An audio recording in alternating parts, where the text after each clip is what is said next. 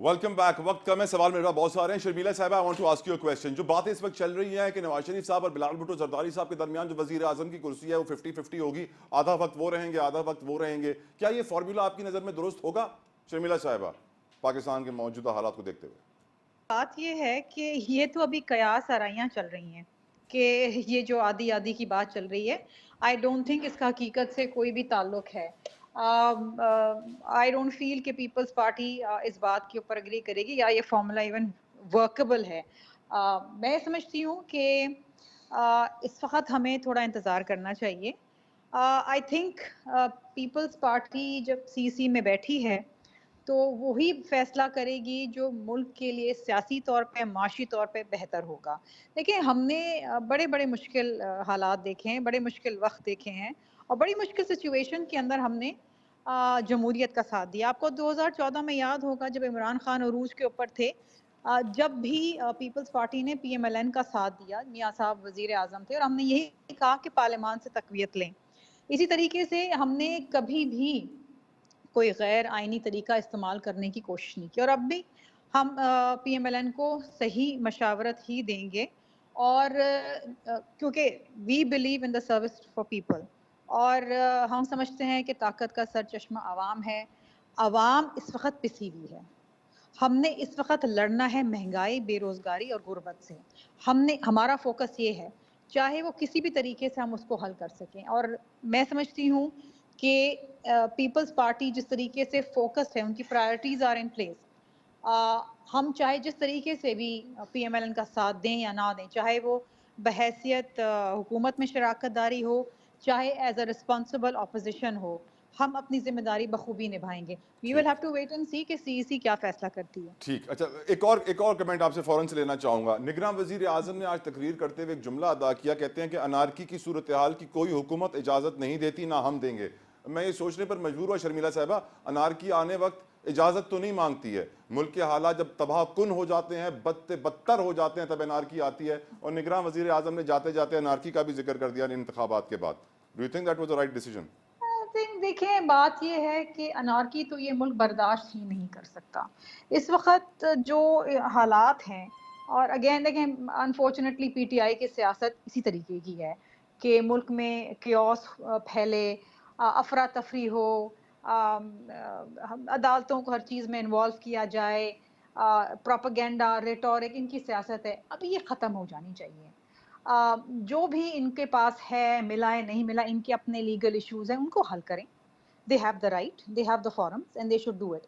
लेकिन ये क्लेम कर देना कि जी नहीं, अगर इनको सीट नहीं मिली है तो जी जो सीट इनको नहीं मिली, उस सीट पे धांधली हुई है। अब पूरे पाकिस्तान की पूरी की पूरी असेंबली, हर असेंबली की हर सीट तो इनकी नहीं हो सकती ना।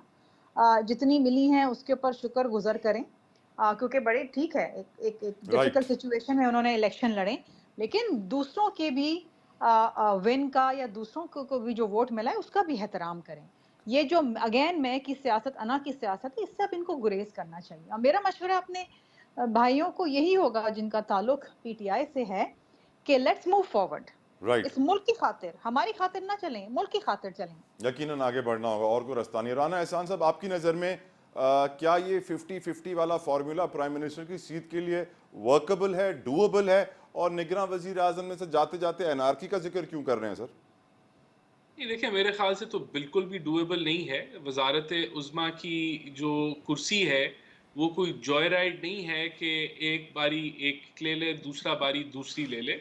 बड़े सीरियस प्रॉब्लम्स हैं इस मुल्क के, माशी, सिक्योरिटी के, और ओवरऑल एक बड़ा, मैं समझता हूँ कि मुल्क क्राइसिस में है। तो इसके लिए तो आपको 5 साल बड़ी तगो-दो, बड़ी मेहनत, बड़े मुश्किल फैसले करके इसको हम मुल्क को आगे लेके जा सकते हैं। तो मैं तो, अगर मैंने नहीं ऐसा ना सुना है कि ऐसा होने जा रहा है, ये कोई रूमर ज़रूर चले, लेकिन मैं कम से कम इसको टोटली रिजेक्ट करूंगा कि अगर ऐसा कोई फार्मूला आता भी है, क्योंकि वो डिजास्ट्रस होगा। तो मैं नहीं समझता ऐसा होने जा रहा है, ये भी मैं कह दूं। दूसरा सवाल क्या था आपका? कि निगरान वजीर आजम ने आखिरी दिनों में जाते जाते तकरीर के दौरान ये भी कह दिया कि अनारकी की इजाज़त नहीं देंगे। सर, अनारकी इजाज़त तो नहीं मांगता सर। नहीं, देखें, बात ये है कि जो पोलराइजेशन की, नफरत की, प्रोपेगेंडा की जो सियासत है, वो इस मुल्क के लिए नुकसानदेह होगी और उसे रोकना चाहिए है।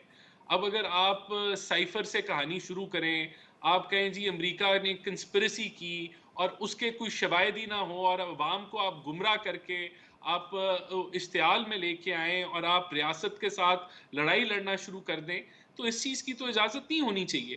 آپ کے پاس اگر حقائق ہیں، سچ ہے، تو ضرور آپ اس پہ ڈٹیں، اس پہ کھڑے ہوں، اس پہ بحث ہو، اس پہ مباحثہ ہو، اس پہ سوچ بچار ہو. لیکن جھوٹے بیانیے کے اوپر آپ اپنی سیاست چمکائیں اور لوگوں کے اندر نفرت کے بیج بوئیں اور انارکی کی طرف لے کے جائیں، تو اس کو تو بالکل اس کے اوپر کریک ڈاؤن ہونا چاہیے. سینیٹر ہمایوں صاحب، آپ کیسے رسپونڈ کریں گے سر؟ آپ کی پارٹی کے اوپر انارکی، سول ڈس اوبیڈینس، لوگوں کو بہکانا، ورگلانا، فاصلے بڑھانا پاکستانی لوگوں میں اور اداروں میں، بڑے الزامات ہیں سر آپ کی پارٹی کے اوپر. سر کیسے ڈیفینڈ کریں گے اپنے آپ کو؟ دیکھیں اس طرح ہے کہ جیسے ابھی رانا صاحب کہہ رہے تھے نا کہ عوام کو ورغلانا، اس کا مطلب یہ عوام کو نالائق، نکٹو اور ناسمجھ سمجھتے ہیں، نکما سمجھتے ہیں. اور وہ وہی والی بات ہوتی ہے کہ ہر ایک شخص دوسرے کو اپنے آئینے میں پرکھتا ہے. ٹھیک ہے، اس طرح یہ ہے کہ عوام جو ہے نا یہ بہت عقل مند ہے. آپ کا کیا خیال ہے، آپ جب بھی وہ ایک پروگرام ہوتا ہے کون بنے گا کروڑ پتی، اس میں ہمیشہ اگر کوئی جو 3 لائف لائنز ہیں، اس میں جو سب سے صحیح لائن ہمیشہ ہوتی ہے وہ ہوتی ہے آسک دی آڈینس. تو میجورٹی آف عوام جب بھی کوئی فیصلہ کرتی ہے وہ صحیح فیصلہ کرتی ہے، وہ غلط فیصلہ نہیں کرتی. تو اگر آپ یہ کہتے ہیں کہ جب نیریٹو بنانے سے اگر آپ عوام کی سوچ بدل سکتے ہیں، تو یہ سب سے بڑا جھوٹ ہے. سینیٹر صاحب ویسے آپ مجھے لگتا ہے ٹی وی بہت دیکھتے ہیں. پہلے آپ نے ٹائٹینک کی مثال دی ہے، اب آپ کون بنے گا کروڑ پتی کی مثال دے رہے ہیں. اگلی مثال آپ شاید کسی اور نئی فلم کی دے دیں گے سر. پر فلموں میں اور دنیا میں بہت فرق ہے سر، فلموں میں دنیا میں بہت فرق ہے. دیکھیں یہ فلمیں جو ہوتی ہیں نا عام طور پہ وہ حقیقت سے کچھ نہ کچھ تھوڑا بہت لے لیتی ہوتی ہے، لیکن آگے جا کے دیکھتے ہیں. دیکھیں بات یہ ہو جاتی ہے کہ جب ہم بات کر رہے ہیں 50-50 کے پہلے تو یہ تو ہمیشہ سے ہوتے ہی آ رہا تھا کہ یہ لوگ آپس میں مل جل کے بانٹ کے بندر بانٹ کر کے کھانے پینے کے عادی تھے. یہ تو عمران خان نے آ کے ان کا سارا وہ جو تھا نا وہ فیسٹ خراب کر دیا ہے، اس کی وجہ سے ان سب کو ان کے ساتھ پرابلم پڑ گئی ہے. لیکن وہ جیسے بات کر رہے تھے نا کہ اگر ہم لیگل ایشوز کو کورٹ میں نہ لے کر جائیں تو کہاں جائیں. اب پرائم منسٹر صاحب نے ایک بات کی تھی، انہوں نے 2 باتیں کی تھی بڑی انٹرسٹنگ تھی. ایک تو آپ نے یہ بات کی ہے نا کہ جو انہوں نے کہا تھا کہ نفرت کی بات ہے. دیکھیں نفرت کیوں ہوتی ہے؟ نفرت یہ ہوتی ہے جب آپ مجھ سے میرا حق لیں گے نا تو میں اپنے حق کے لیے کہیں جاؤں گا اور سوال اٹھاؤں گا. جب میرا حق مجھے نہیں ملے گا اور وہاں سے بھی مجھے دھتکار ملے گی وہاں سے بھی، تو میرے اندر اس چیز کے خلاف ایک نفرت پیدا ہونی چاہیے. اور یہ آج کی بات نہیں کر رہا ہوں، یہ ایک وقت کی بات نہیں کر رہا ہوں، یہ over the last half a century کی میں بات کر رہا ہوں. یہ اس وقت سے ایک نفرت ہوتی آ رہی ہے. نمبر 2، جب ہم ان سب چیزوں کو لے کر آگے چلتے ہیں، اور انہوں نے ایک اور بات کی تھی بڑی انٹرسٹنگ. ان سے کسی نے پوچھا تھا کہ یہ کسی نے کمنٹ کیا تھا یہ آپ کا آخری وہ پریس کانفرنس ہے، تو انہوں نے کہا تھا آپ کو کس نے کہہ دیا یہ میرا آخری پریس کانفرنس ہے. That was very interesting. ویسے اس کو اگر آپ اس کو میکیویلن اس کے لحاظ سے دیکھیں تو اس میں بڑی چیزیں آ سکتی ہیں. لیکن ہیونگ سیڈ دیٹ تھنگ، یہ بات تو واضح ہے نا، یہ بات تو پہلے بھی الزامات لگ چکے ہیں کہ نگراں حکومت اپنے سیاسی کریئر، اپنے پرائیویٹ سیکٹر میں کریئرز کو چمکانے کے لیے تیاریاں کر رہی ہے اگلے 6-8-10 سال، اور وہ ان کا کریئر چمکتا ہوا نظر بھی آ رہا ہے ان کی پرفارمنس کی بدولت. سر یہ تو وقت بتائے گا کہ ان کا چمکتا ہے یا نہیں چمک رہا ہے، وہ تو وقت بتائے گا. ٹھیک ہے، انہوں نے ریکارڈ قرضے لے لیے اور ابھی اس وقت جو جنرلی وہ آ رہی ہے، اب وہ کیا نام ہے ان کا، میاں صاحب جو ہیں جو فائنینشیل وہ ہیں، ان کا اگر آپ دیکھ لیں اسحاق ڈار صاحب، نہیں جو فائنینشیل وہ اس میں ایک فائنانس والا بندہ ہے، اس کا میاں جو اب مجھے اس کا پورا نام نہیں آتا، سوری کہ ان کا نام ٹھیک ہے نا.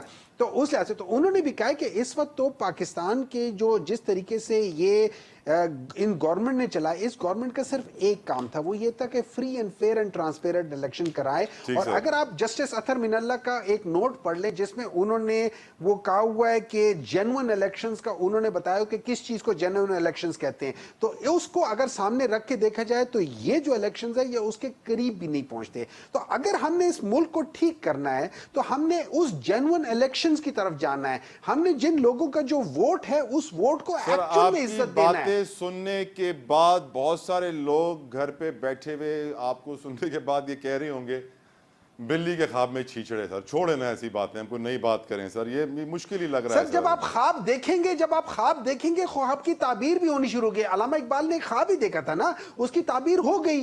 देखिए आपके जो एम्बिशन होता है ना, वो एक ख्वाब से स्टार्ट होता है, लेकिन उसके बाद फिर आप उसके लिए काम करते हैं। वही ख्वाब इमरान खान ने देखा। आज जब ये बता रही थी, शर्मिला साहिबा बता रही थी कि 2014 में इमरान खान जो थे अरूज पर थे, नहीं, वो आज अरूज पर हैं। ठीक आज उन्होंने बता दिया है कि जेल में रहकर कैसे पूरी पाकिस्तान उनको वोट दे रहा है। ठीक sir, got your point. Rana साहब, आप क्योंकि इकोनॉमी को भी बहुत करीब से देखते हैं सर, जो मुआशी चैलेंजेस हैं, हर पार्टी ने अपना अपना मंशूर रखा था, वो सारी पार्टियां मिलकर एक हुकूमत बना रही हैं, तो मुझे तो नहीं लगता सर किसी के मंशूर के ऊपर काम हो पाएगा मुकम्मल तौर पे। क्या होने वाला है मईशत के साथ सर आपकी नज़र में आने वाले वक्त में? 25-25 अरब डॉलर्स की डेट सर्विसिंग है, डेट पेमेंट्स हैं सर, US डॉलर। मेरे ख्याल से अगर अपना अपना मंशूर ना भी आगे लेके जा सकें, जो बेसिक मिनिमम है वो तो सबको इम्प्लीमेंट करना पड़ेगा। और मेरे नज़दीक बेसिक मिनिमम ये है कि जब ये स्टैंड बाय एग्रीमेंट ख़त्म होगी तो हमें एक एक्सटेंडेड फंड फैसिलिटी के अंदर जाना होगा, जो 3 साल का प्रोग्राम होता है IMF का, जो स्ट्रक्चरल रिफॉर्म्स के लिए बेसिकली आपको सपोर्ट जो है वो दी जाती है। तो उसके अंदर आपको एक मैसिव रिफॉर्म्स के साथ आगे बढ़ना होगा, चाहे वो आपके एक्सपेंडिचर साइड पे हो, रेवेन्यू साइड पे हो, डेवलपमेंट साइड पे हो।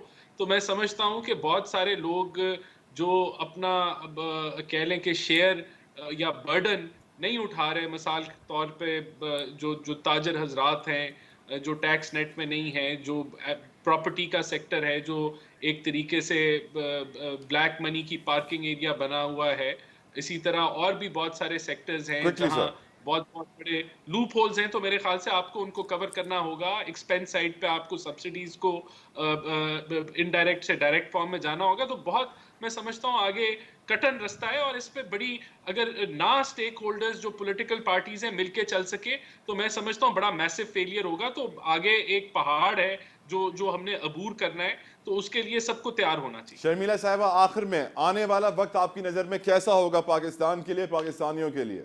देखिए जी, मैं समझती हूँ कि आने वाला वक्त पाकिस्तान के लिए बेहतरी का ही होगा। I am a very optimistic person. इस मुल्क में जनरल इलेक्शंस हो गए, अब जो भी हुकूमत साजी करेगा, of course he will be in a very very difficult situation. बहुत सारे कॉम्प्रोमाइज़ेस भी करने पड़ेंगे, अनपॉपुलर डिसीजंस भी लेने पड़ेंगे, लेकिन इस मुल्क की इकोनॉमी को आगे चलाना है, सियासी इस्तेहकाम लेकर आना है। उसके बगैर ये मुल्क आगे नहीं चल पाएगा। और जो भी आए जिम्मेदारी के साथ आए, और ये अहद करके आए कि सबको साथ लेके चलना है। ये नफरत की सियासत, ये लड़ाई की सियासत, ये सियासी मुखालफिन को नीचा दिखाने की सियासत, इसका खात्मा होना चाहिए। बहुत बहुत शुक्रिया शर्मिला साहिबा, राना एहसान साहब, सेनेटर हुमायूं साहब, उसामा रजी साहब, तमाम मेहमानों का बहुत बहुत शुक्रिया। अंटिल नेक्स्ट टाइम मुझे दीजिए इजाज़त। अल्लाह हाफ़िज़।